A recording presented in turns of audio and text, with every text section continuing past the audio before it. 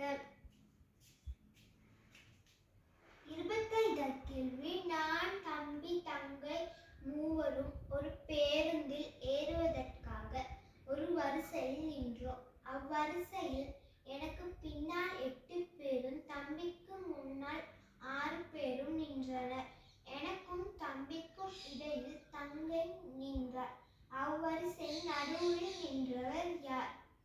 இப்ப ஒரு வரிசையில நான், தம்பி, தங்கைன்னு 3 பேர் ஒரு பேருந்துல இருக்காக நின்றமா. இங்க சொல்லிருக்கு எனக்கு பின்னால் 8 பேரும் தம்பிக்கு முன்னால் 6 பேர். எனக்குன்னா நான். அப்ப இங்க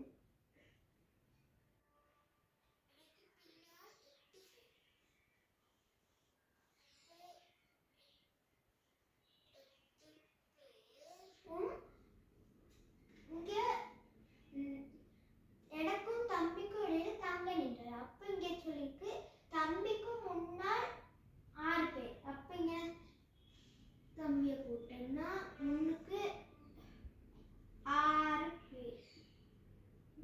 எனக்கும் தம்பிக்கும் இடையில தங்கை. அப்ப இங்க தங்கை.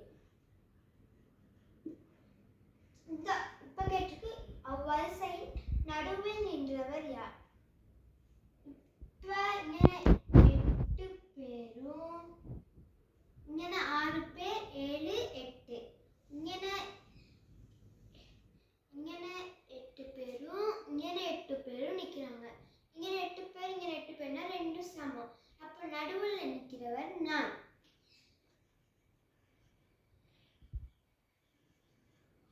இருபத்தைந்தாவது கேள்விக்கு விடை நான். நன்றி.